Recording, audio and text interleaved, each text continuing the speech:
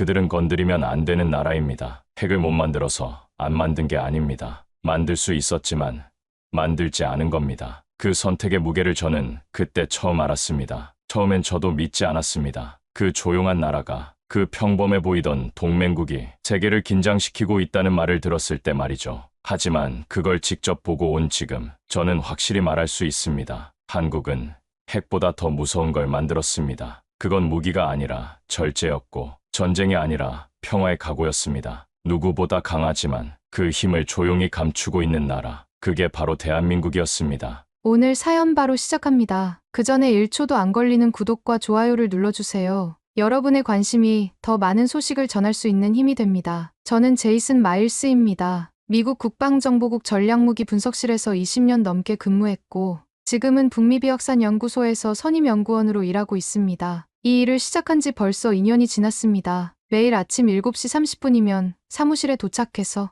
전 세계에서 들어오는 군사정보를 검토하는 것이 제 일상이었습니다. 소련 붕괴 이후 변화하는 국제정세, 중동의 불안정한 상황, 그리고 무엇보다 동북아시아의 복잡한 군사적 균형을 분석하는 것이 제 전문 분야였죠. 지난 세월 동안 수많은 무기 체계와 위협 요소들을 분석해왔고, 특히 동북아 지역의 군사 균형에 관한 보고서를 자주 다뤄왔습니다. 북한의 미사일 발사 실험이 있을 때마다 긴급회의가 소집되었고, 중국의 군사력 증강 추세를 면밀히 모니터링하는 것도 중요한 업무 중 하나였습니다. 러시아의 극동 지역 군사 활동도 놓칠 수 없는 관찰 대상이었고요. 그런 와중에 한국은 언제나 안정적인 동맹국이자 예측 가능한 파트너로 여겨졌습니다. 하지만 며칠 전, 제 책상 위에 놓인 한 장의 보고서는 지금껏 경험한 어떤 자료보다 무거웠습니다. 대한민국 비공식 핵개발 정황 포착. 제목을 보는 순간 저는 속으로 웃었습니다. 한국은 핵확산 금지 조약을 철저히 준수하는 국가이고 국제사회에서도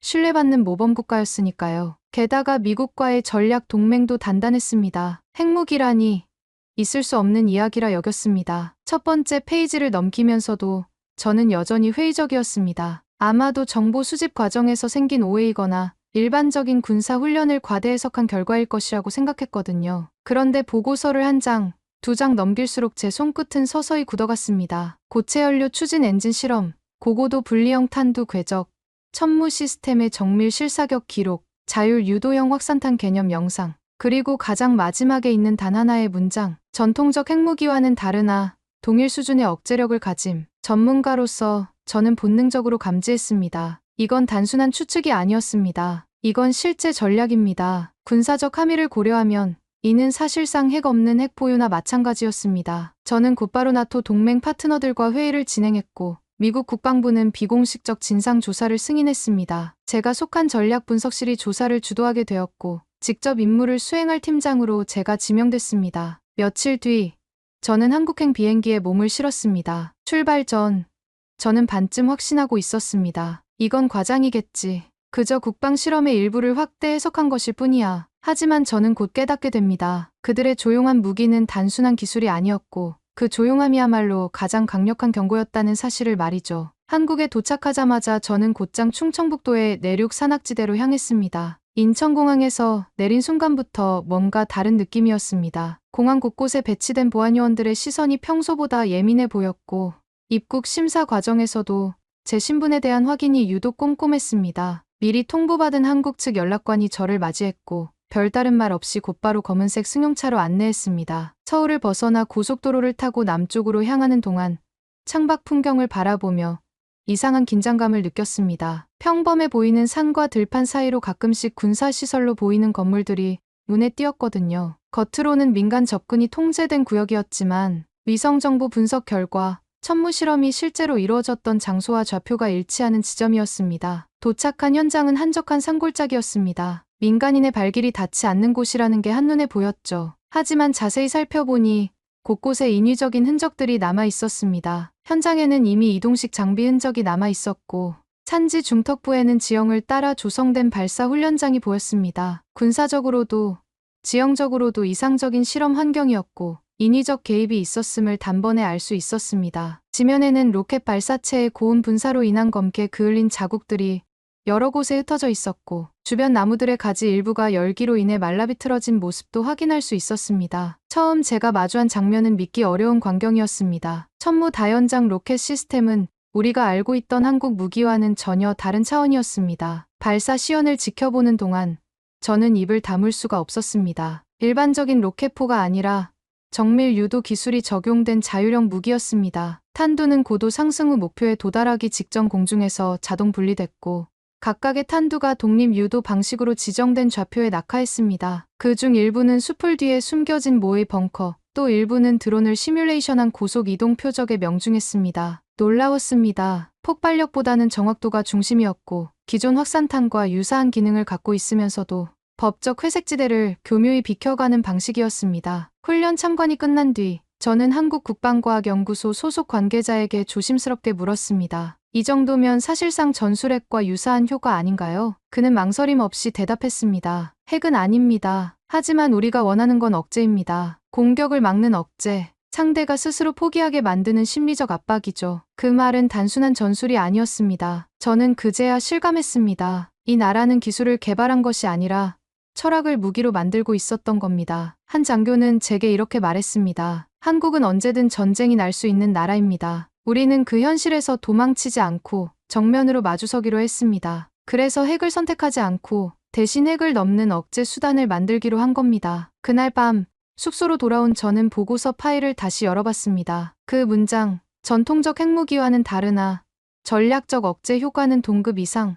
이젠 너무나도 명확하게 다가왔습니다. 며칠 후 저는 한국 국방부의 초청으로 서울 외곽의 전략지 통제소에 방문하게 되었습니다. 그 전날 밤 호텔에서 받은 전화는 예상치 못한 것이었습니다. 한국 측 연락관이 차분한 목소리로 말했죠. 내일 오전 6시에 로비에서 만나겠습니다. 특별한 장소로 안내해드릴 예정입니다. 구체적인 설명은 없었지만 그의 진지한 어조에서 이번 방문이 단순하지 않다는 걸 느낄 수 있었습니다. 새벽 일찍 호텔을 출발해 서울 시내를 가로질러 이동하는 동안 평범한 출근길 풍경과는 대조적으로 저희가 향하는 목적지는 점점 더 신비로워졌습니다. 시내에서 벗어나 산간 지역으로 들어갈수록 검문소의 수가 늘어났고 각 구간마다 신분 확인이 반복되었습니다. 지하 수십 미터 아래에 위치한 그 시설은 민간에는 거의 알려지지 않은 장소였고 고위 관계자급만 접근 가능한 구역이었습니다. 엘리베이터를 타고 지하로 내려가는 동안 벽면에 설치된 두꺼운 철문들과 복잡한 보안 시스템을 보며 이곳이 얼마나 중요한 시설인지 실감할 수 있었습니다. 공기 자체도 위층과는 달랐고 모든 것이 철저히 통제되고 있다는 느낌이었죠. 지휘소 내부는 냉철하고 정돈돼 있었습니다. 모니터엔 한반도 전역의 실시간 정찰 영상이 펼쳐졌고 적의 미사일 발사 시뮬레이션과 대응 속도, 요격 성공률 분석 자료가 실시간으로 돌아가고 있었습니다. 수십 개의 대형 스크린에는 끊임없이 변화하는 데이터들이 표시되고 있었고 24시간 교대 근무를 하는 분석관들이 조용히 자신의 업무에 집중하고 있었습니다. 그 광경은 마치 미래의 전쟁을 미리 준비하고 있는 듯한 느낌을 주었습니다. 그날 저는 처음으로 한국의 무기 없는 핵 전략이라는 개념을 정식으로 들었습니다. 그 전략은 단순하지 않았습니다. 미국이나 러시아처럼 실제하는 핵무기를 갖고 있는 건 아니지만 고성능 정밀 타격 체계를 통해 공격 억제 효과를 확보하는 구조였습니다. 표현 그대로라면 핵은 없지만 건드릴 수 없는 나라를 만든다는 것이었습니다. 예를 들어 수도권에 접근하는 적의 주요 발사 기지나 지휘소를 초단위로 추적해 선제 요격 가능성을 확보하고 실시간 정밀 폭격 시뮬레이션을 통해 무력화 가능성을 보여주는 방식이었습니다. 이론적으로만 들으면 그냥 방어 전략처럼 보일 수 있지만 실전적 영상과 데이터를 보면 느낌이 달랐습니다. 그건 실질적 심리적 핵억제였습니다. 당시 통제소 관계자는 제게 이렇게 말했습니다. 전쟁은 무기가 막는 게 아닙니다. 상대의 계산을 틀리게 만들면 전쟁은 시작되지 않습니다. 그 말이 꽤 오랫동안 제 머릿속을 맴돌았습니다. 한국은 전통적인 군사 균형 개념에서 벗어나 심리적 제압을 선택한 것입니다. 적이 쏠까봐 무서운 게 아니라 쏴도 아무 효과 없을까봐 두려워지는 것. 그런 나라를 만드는 것. 그게 바로 이들의 핵 없는 핵 전략이었습니다. 그날 밤 저는 잠을 이루지 못했습니다. 미국은 늘 핵을 중심으로 군사 전략을 설계해왔고 저 역시 그런 사고방식에 익숙했습니다. 그런데 지금 한국이 보여주는 방식은 전혀 다른 결이었습니다. 기술, 철학, 전략, 그리고 역사까지. 그 모든 것이 결합된 억제 시스템. 그건 도발을 이기는 게 아니라 도발을 멈추게 만드는 힘이었습니다. 며칠 후 한국 측은 저희 조사단을 경기도의 한 비공개 군사시설로 초대했습니다. 이번 초대는 이전과는 성격이 달랐습니다. 기술적 자료 검토나 장비 확인이 아닌 하나의 영상을 보여주기 위해서였습니다. 담당자는 전날 전화해서 이렇게 말했습니다. 이번에는 우리가 왜 이런 준비를 하게 되었는지 그 이유를 보여드리고 싶습니다. 시설에 도착하자 안내받은 곳은 대형 브리핑룸이었습니다. 약 50석 규모의 좌석이 계단식으로 배치되어 있었고 정면에는 거대한 스크린이 설치되어 있었습니다. 평소 군 고위 간부들의 전략 회의나 중요한 작전 브리핑에 사용되는 공간이라는 설명을 들었습니다. 대형 스크린 앞에 앉자 화면이 어두워졌고 곧 시뮬레이션 영상이 시작되었습니다. 처음엔 아무 배경음 없이 단순히 평화로운 서울의 거리 모습이 펼쳐졌습니다. 화면 속에는 출근길 시민들이 지하철역으로 향하고 있었고 학교 가는 아이들이 횡단보도를 건너고 있었습니다. 한강 다리 위로는 차량들이 평소와 다름없이 오가고 있었고 남산타워도 맑은 하늘을 배경으로 선명하게 보였습니다. 너무나 일상적이고 평화로운 풍경이었죠. 그 다음 순간 북쪽에서 장사정포 수십 발이 날아와 도시를 강타했습니다. 7분 만에 서울 도심은 마비되었고 구조선은 도달하지 못했습니다. 영상의 변화는 충격적이었습니다. 아까까지 평온했던 거리가 순식간에 아비규환으로 변했습니다. 폭발음과 함께 건물들이 무너지고 사람들이 비명을 지르며 흩어졌습니다. 지하철역 입구는 피난민들로 아수라장이 되었고 도로는 버려진 차량들로 가득 찼습니다. 그 영상은 북한의 공격 시나리오를 기반으로 한국군이 자체 제작한 전술적 위기 시뮬레이션이었습니다. 전쟁은 시작되지 않았지만 영상 속 상황은 너무도 현실적이었습니다. 그 잔인한 가상의 폭격은 오히려 핵무기보다 더 공포스러웠습니다. 한 도시 전체가 붕괴되는데 단 10분도 걸리지 않았습니다. 도심 교차로마다 불이 붙었고 남산타워 인근에 직격탄이 떨어지며 영상은 끝났습니다. 저는 말이 나오지 않았습니다. 브리핑룸에는 무거운 침묵이 흘렀습니다. 에어컨 소리만이 정막을 깨뜨리고 있었고 저를 포함한 모든 참석자들이 충격에서 벗어나지 못하고 있었습니다. 그리고 그 정적 속에서 한국 측 한 장성이 입을 열었습니다. 우리는 핵을 원한 적이 없습니다. 하지만 저 영상은 현실이 될 수 있습니다. 그래서 우리는 준비한 겁니다. 공격용이 아닌 생존용 억제력입니다. 그의 목소리는 단호했지만 결코 감정적이지 않았습니다. 저는 다시금 그 천무 시스템이 떠올랐습니다. 폭발력보다 정확도를 높인 다탄두 분리형 포탄, 무작위 궤도 회피 기술, 목표 착탄 후 자동 보고 기능까지. 그 모든 기술이 지금 이 시뮬레이션의 정반대 결과를 위해 준비된 것이란 걸 깨달았습니다. 영상이 끝나고 회의실은 잠시 침묵에 잠겼습니다. 미국에서도 이런 시스템을 갖춘 나라는 많지 않습니다. 하지만 지금 제가 보고 있는 한국은 공격하지 않고도 자신을 지킬 수 있는 전략을 실현 중이었습니다. 그 전략은 단순한 기술이 아닌 경고였습니다. 건드리면 다친다는 눈에 보이지 않는 표식 같은 것. 한국은 그것을 조용히 그러나 단호하게 만들어가고 있었습니다. 핵무기를 만들지 않았지만 핵 이상의 억제력을 실현하고 있었던 겁니다. 그날 밤 숙소로 돌아온 저는 노트북을 열어 미국 본부의 중간 보고서를 정리하기 시작했습니다. 책상 위에는 지난 며칠간 수집한 자료들이 정리되어 있었습니다. 천무 다연장 로켓의 사격 정확도 데이터, 한국의 국방 예산 증가 추이, 그리고 최근 몇 년간 급속도로 발전한 방산 기술들. 하나하나는 공개된 정보였지만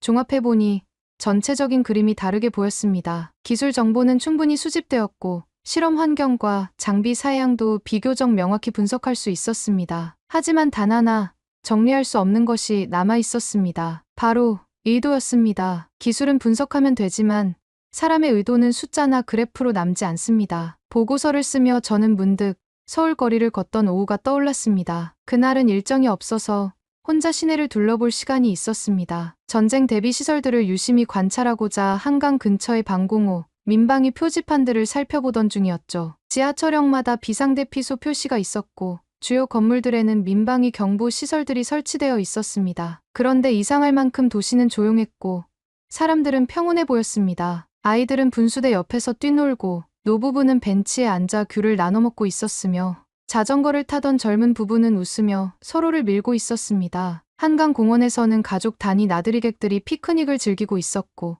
조깅하는 사람들의 얼굴에는 여유가 느껴졌습니다. 분명 몇십 킬로미터 북쪽에는 세계에서 가장 중무장한 국경선이 있는데 이곳 사람들은 마치 그런 현실과는 별개의 세상에 살고 있는 것 같았습니다. 전쟁 위협에 대한 공포보다는 지금의 일상을 지키려는 사람들의 의지가 더 강하게 느껴졌습니다. 이들은 왜 이렇게 담담할까? 그 의문이 머릿속을 떠나지 않았습니다. 천무의 정밀함, 통제소의 냉철함, 그리고 이 시민들의 고요함. 그 모든 게 하나의 퍼즐처럼 맞물리기 시작했습니다. 한국은 무언가를 만들어낸 것이 아니라 오히려 무언가를 버티는 중이라는 걸 깨달았습니다. 그건 단지 국방기술이나 군사 전략이 아니었습니다. 이들은 전쟁을 겪은 나라였고 전쟁이 무엇인지를 너무 잘 아는 민족이었습니다. 분단 70년이 넘는 시간 동안 이 나라 사람들은 언제 터질지 모르는 긴장 속에서 살아왔습니다. 그러면서도 놀라운 경제 성장을 이뤄냈고 민주주의를 발전시켰으며 독창적인 문화를 만들어냈습니다. 그 저력이 지금의 국방기술에도 스며들어 있는 것 같았습니다. 그때 제 전화기가 울렸습니다. 한국군 연락장교였습니다. 다음 날 국방과학연구소에서 저를 위해 비공식 미팅을 준비했다는 통보였습니다. 보안 절차상 차량 이동이 아닌 직접 헬기를 타고 이동하게 될 거라고 했습니다. 대화 상대는 익명 유지가 전제되었고 철저히 비공개로 진행된다고 했습니다. 저는 고개를 끄덕이며 수화기를 내려놓았지만 속으로는 점점 불안해지고 있었습니다. 왜 이 모든 정보를 굳이 나에게, 외국인인 나에게 보여주고 설명하는 걸까? 단순한 조사 차원에서 보여줄 수 있는 범위를 넘어선 친절이었고 그 속엔 분명 뭔가 더 큰 의미가 숨어 있었습니다. 다음 날 아침, 지정된 시간에 맞춰 헬기장으로 향했습니다. 새벽 5시 30분에 호텔을 출발했습니다. 서울 시내는 아직 조용했고 간혹 이른 출근을 하는 사람들만이 지하철역 주변에서 보였습니다. 연락장교는 평소보다 말이 없었고 차 안의 분위기도 어딘지 긴장되어 있었습니다. 도착한 헬기장은 민간 공항이 아닌 군 시설이었습니다. 활주로 한쪽 끝에 위치한 소규모 헬기 이착륙장이었고 주변에는 군용 차량들이 대기하고 있었습니다. 보안 검색은 예상보다 훨씬 까다로웠고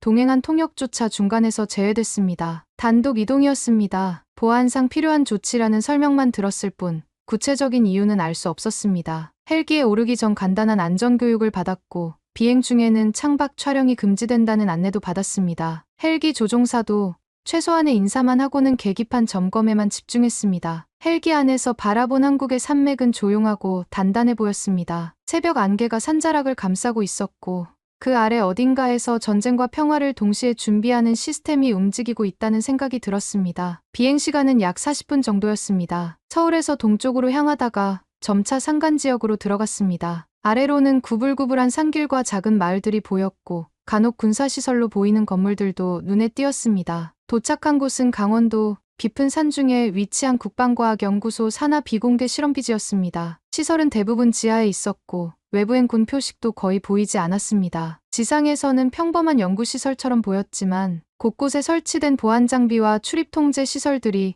이곳의 중요성을 말해주고 있었습니다. 주차장에는 민간용 차량보다는 군용 차량들이 더 많이 눈에 띄었습니다. 그곳에서 저는 중년의 연구 책임자를 만났습니다. 그는 차분한 말투로 인사를 건네더니 탁자 위에 하나의 작은 금속 구조체를 올려두었습니다. 이건 실전용은 아닙니다. 다만 우리의 기술이 어느 수준까지 왔는지 보여드릴 필요가 있을 것 같아서요. 그의 설명을 들으며 저는 한국의 무기 개발 철학을 엿볼 수 있었습니다. 최대한의 억제 효과를 내면서도 인명피해는 최소화하려는 접근 방식이었습니다. 그 순간 저는 묻지 않을 수 없었습니다. 이런 기술을 왜 굳이 저에게 보여주시는 겁니까? 그는 눈을 내리깔고 조용히 말했습니다. 우리는 핵을 만들지 않았습니다. 하지만 만들 수 없어서가 아니라 안 만들기로 한 겁니다. 그 대신 우리가 선택한 길을 누군가는 반드시 알아야 합니다. 그 말은 제 가슴에 묵직하게 박혔습니다. 전 세계가 핵을 보유함으로써 평화를 유지한다고 믿을 때 이 나라는 핵을 가지지 않고도 평화를 증명하려 했던 겁니다. 그것도 기술력과 절제,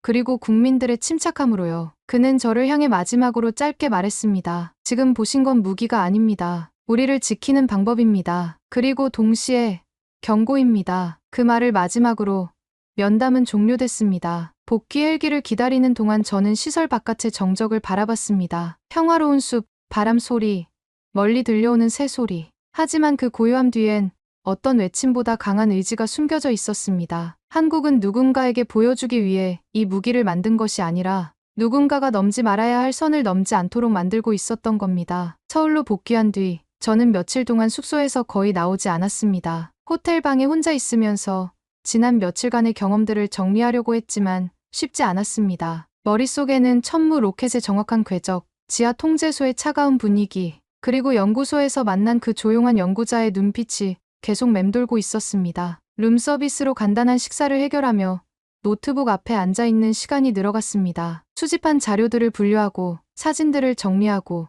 녹음 파일들을 다시 들어봤습니다. 하지만 정작 중요한 것은 자료가 아니었습니다. 기술은 이해했고 전략도 정리했습니다. 하지만 마음속에서 정리가 안 되는 게 하나 있었습니다. 왜 한국은 굳이 이 길을 택했는가였습니다. 핵무기를 보유했다면 미국처럼 전략적 위상을 확고히 할 수도 있었고 북한과의 힘의 균형도 단숨에 바꿀 수 있었을 겁니다. 인도나 파키스탄처럼 핵보유국이 되어 국제사회에서의 발언권을 높일 수도 있었죠. 그런데 이 나라는 오히려 훨씬 더 어렵고 복잡한 길을 선택했습니다. 그리고 그 선택은 단지 무기체계로 설명되지 않았습니다. 생각을 정리하고 싶었던 저는 서울 시내를 무작정 걸었습니다. 거리에는 여전히 사람들이 북적였고 상점들은 활기차게 영업을 하고 있었습니다. 외국인 관광객들도 많이 보였고 젊은 커플들이 데이트를 즐기고 있었습니다. 그 순간 머릿속에서 모든 퍼즐이 맞춰졌습니다. 한국이 핵을 만들지 않은 건 기술 때문이 아니라 기억 때문이었습니다. 전쟁을 겪고 가정을 잃고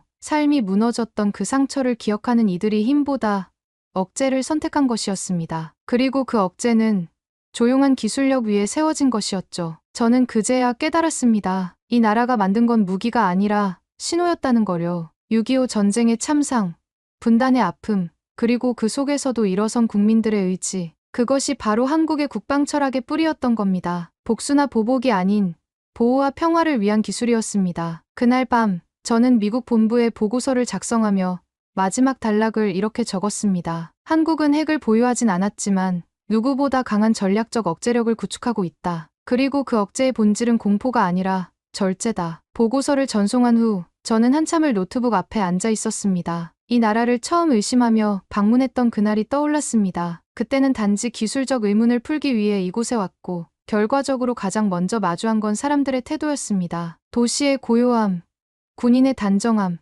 연구원의 눈빛, 그리고 무기를 만들지 않겠다는 조용한 선언. 그건 지금까지 제가 다뤘던 어떤 전략보다 무거운 말이었습니다. 그 순간 저는 혼잣말처럼 중얼거렸습니다. 이 나라는 건드리면 안 된다. 제가 한국에서 작성한 보고서는 곧바로 미국 국방정보국 본부로 전달되었고 그 여파는 생각보다 빠르고 거셌습니다. 보고서를 전송한 지 이틀 만에 워싱턴에서 연락이 왔습니다. 긴급 화상회의 소집 통보였습니다. 평소 같으면 일주일 정도 검토 기간을 거쳐 피드백이 오는데 이번에는 달랐습니다. 뭔가 중대한 반응이 있었다는 것을 직감할 수 있었습니다. 며칠 뒤 저는 워싱턴 본부로부터 급히 화상 브리핑에 참여하라는 연락을 받았습니다. 한국 시간으로 늦은 밤 호텔 방에서 노트북을 켜고 화상회의에 접속했습니다. 화면에는 평소보다 많은 참석자들이 보였습니다. 국방정보국뿐만 아니라 국무부, 백악관 국가안보실에서도 참여한 것 같았습니다. 브리핑 첫 화면에 떠오른 것은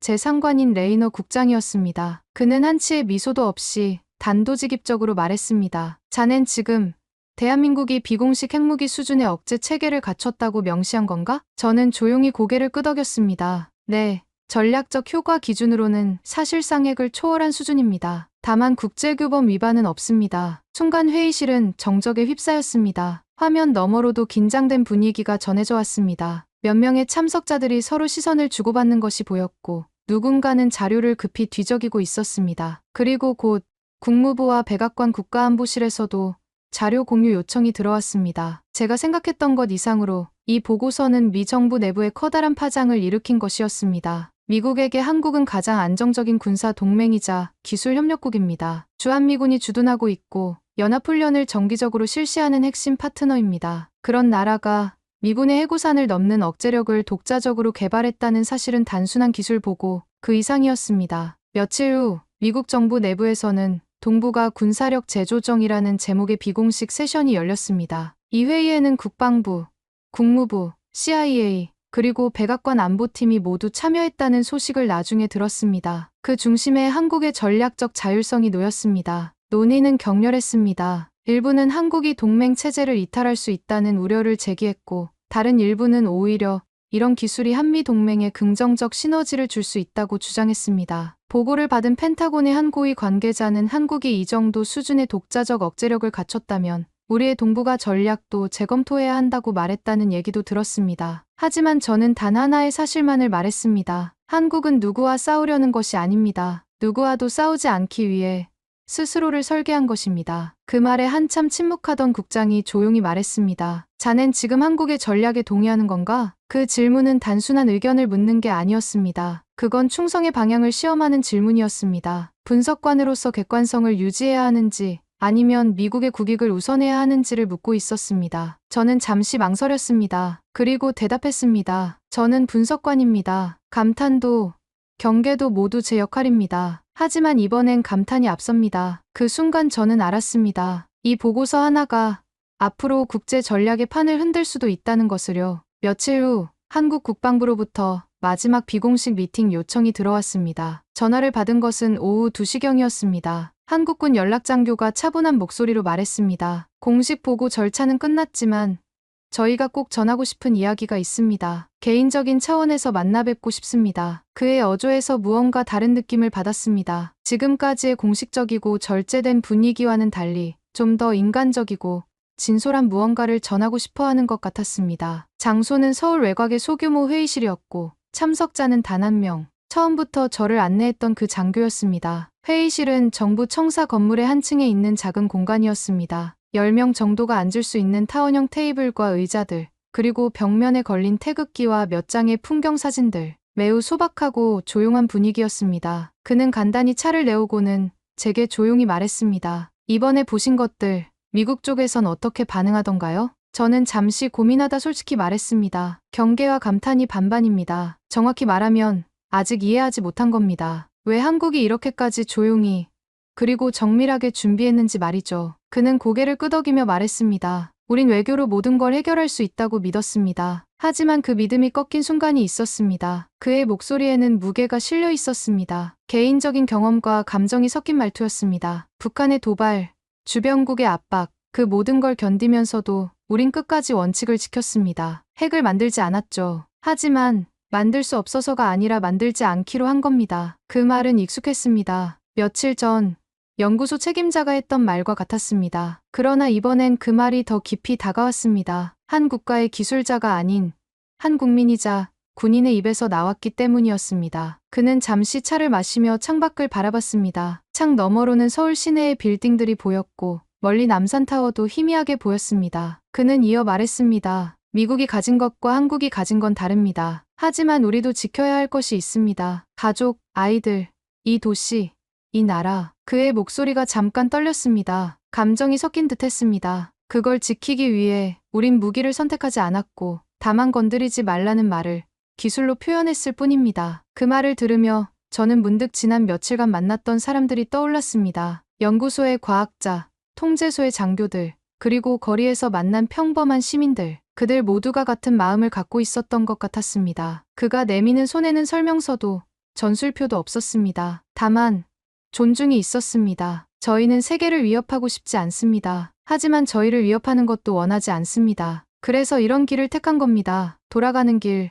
저는 서울역 근처에서 잠시 발걸음을 멈췄습니다. 사람들은 여전히 분주했고 거리엔 웃음소리가 흘러나왔습니다. 퇴근 시간이라 지하철역 주변은 사람들로 북적였습니다. 직장인들, 학생들, 쇼핑백을 든 주부들, 모두 각자의 일상을 살아가고 있었습니다. 이 나라가 얼마나 많은 위험을 품고 사는지를 알기에 그 일상이 더 경이롭게 느껴졌습니다. 강한 나라는 소리치지 않는다. 그 문장을 저는 그날 한국에서 처음 배웠습니다. 한국에서 돌아온 지 벌써 6개월이 지났습니다. 시간이 흐르면서 그때의 기억들이 더욱 선명해지고 있습니다. 아침마다 사무실에 출근해서 다른 업무들을 처리하지만 문득문득 한국에서의 경험들이 떠오릅니다. 창밖으로는 펜타곤 본관의 불빛이 은은하게 반사되고 있고 책상 위에는 아직도 한국에서 가져온 자료들이 정돈되지 않은 채 쌓여 있습니다. 조사 임무는 끝났지만 제 머릿속의 질문은 아직도 이어지고 있습니다. 힘이란 무엇인가? 안보란 단지 무기와 숫자의 문제인가? 절제가 힘이 될 수 있을까? 한국에서 보낸 그 짧지만 밀도 높은 시간들은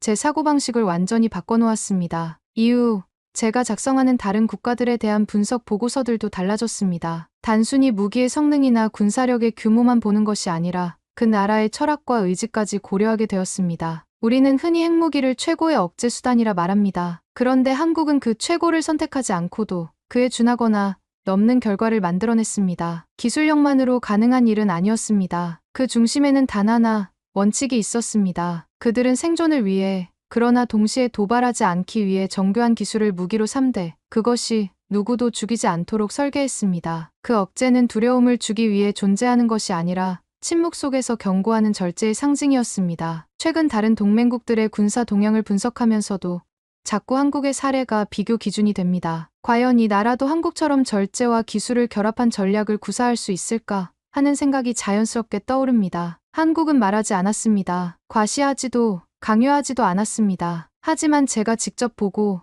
듣고, 경험하며 깨달은 건 단 하나였습니다. 그들은 강한 나라였습니다. 무기를 가지지 않고도 지킬 수 있는 용기를 가진 나라, 억제의 철학을 무기의 기술로 바꾼 조용한 전략 국가, 그리고 그 나라가 가진 힘은 겉으로 보이는 것보다 훨씬 깊었습니다. 동료들과 점심을 먹으며 나누는 대화에서도 종종 한국 이야기가 나옵니다. 그 나라 정말 대단하더라는 말을 자연스럽게 하게 되었고, 다른 분석관들도 한국에 대한 관심이 높아졌습니다. 제가 미국으로 돌아오는 날, 인천공항의 출국장 앞에서 제가 안내받았던 그 장교가 마지막으로 제게 말했습니다. 우리 무기를 보셨죠? 하지만 진짜 무기는 그게 아닙니다. 우릴 지탱하는 건 이 땅에서 평범하게 살아가는 국민들의 조용한 끈기입니다. 그 말을 들은 후 저는 기내에 앉아 창밖을 바라보며 그들이 만든 시스템보다도 그 시스템을 만들기로 한 의지가 더 위대하다는 걸 느꼈습니다. 태평양을 건너는 13시간의 비행 동안 저는 계속해서 한국에서의 경험들을 되새겼습니다. 처음 의심으로 시작했던 조사가 감탄으로 끝난 이유가 무엇인지, 그리고 그것이 미국의 동북아 정책에 어떤 의미를 갖는지 생각해봤습니다. 이제 저는 확신합니다. 한국은 핵을 만들지 못한 나라가 아니라 핵보다 위험한 절제를 선택한 나라입니다. 그리고 그 선택은 세계의 어떤 전략보다도 강한 목소리로 말하고 있었습니다. 우리는 건드리면 안 되는 나라다. 몇 달 전 한국 관련 후속 보고서를 요청받았을 때 저는 이렇게 결론지었습니다. 한국의 억제력은 무기에서 나오는 것이 아니라 철학에서 나온다. 그리고 그 철학은 전쟁을 겪은 민족만이 가질 수 있는 평화에 대한 간절함에서 비롯된다. 워싱턴의 정책 결정자들이 이 결론을 어떻게 받아들일지는 모르겠습니다. 하지만 적어도 저는 한 가지 확신합니다. 한국은 단순한 동맹국이 아니라 배워야 할 파트너라는 것을요. 창밖 펜타곤의 불빛을 바라보며 저는 오늘도 이렇게 생각합니다. 진정한 강함이란 무엇인가? 그리고 한국이 보여준 그 조용한 강함이 언젠가 세계 평화의 새로운 모델이 될 수 있지 않을까 하고 말입니다. 오늘 사연에 대한 여러분의 생각을 댓글로 남겨주세요. 감동뭉클에서는 여러분의 소중한 마음을 모아 사연 주인공들에게 전해드리고 있습니다. 여러분 주변에 감동적이거나 재미있는 실제 사연들을 제보받고 있으니 언제든 저희 공식 메일로 제보해주세요. 오늘 들려드린 사연에 공감하셨다면 구독과 좋아요 눌러주시고 주변 분들과도 공유해주세요. 여러분의 작은 관심과 응원이 더욱 좋은 콘텐츠를 만드는 데 큰 힘이 됩니다. 오늘도 여러분의 하루의 작은 즐거움이라도 되었기를 바라며 지금까지 감동뭉클이었습니다. 끝까지 시청해주셔서 감사합니다. 다음에 더 감동적인 사연으로 찾아뵙겠습니다.